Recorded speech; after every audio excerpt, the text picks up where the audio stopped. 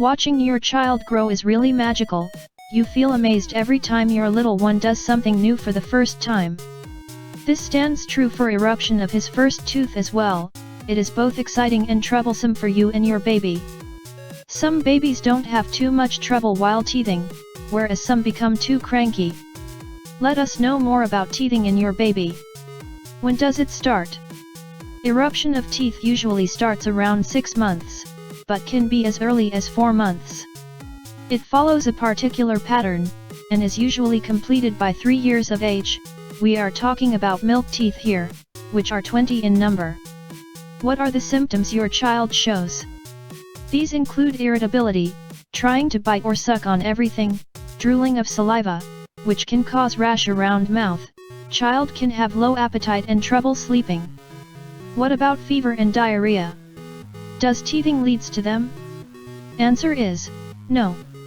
Though there can be mild rise in temperature, teething does not cause fever or diarrhea. Children are more prone to infections because they put their fingers and unclean objects in their mouth constantly. This can lead to fever or diarrhea in children. You should visit your pediatrician if it is so.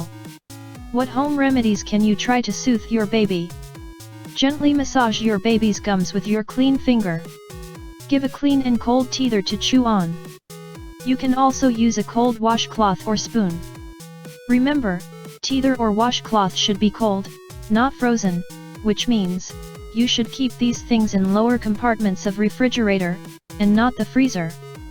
Excessive cold objects or ice particles can hurt your child. If your child eats solid foods, give cold veggies to chew on. If he doesn't eat solids, try mesh feeder. Put cut pieces of fruits in the mesh bag and give it to your child. Your child chews on it and enjoys the juice, without having any danger of hurting or choking. Don't forget to wipe drooling saliva around the mouth. You will have to do it repeatedly, but it's necessary. Otherwise, constant saliva around mouth can lead to rash. If these simple home remedies don't work, some pain relievers can be given, but only after consulting your pediatrician. What should be avoided? There are many teething tablets or gels available in market. Avoid these, as they have no proven benefit for your child. There are some teething bracelets or necklaces available in market. Avoid these as there is risk of choking or strangulation.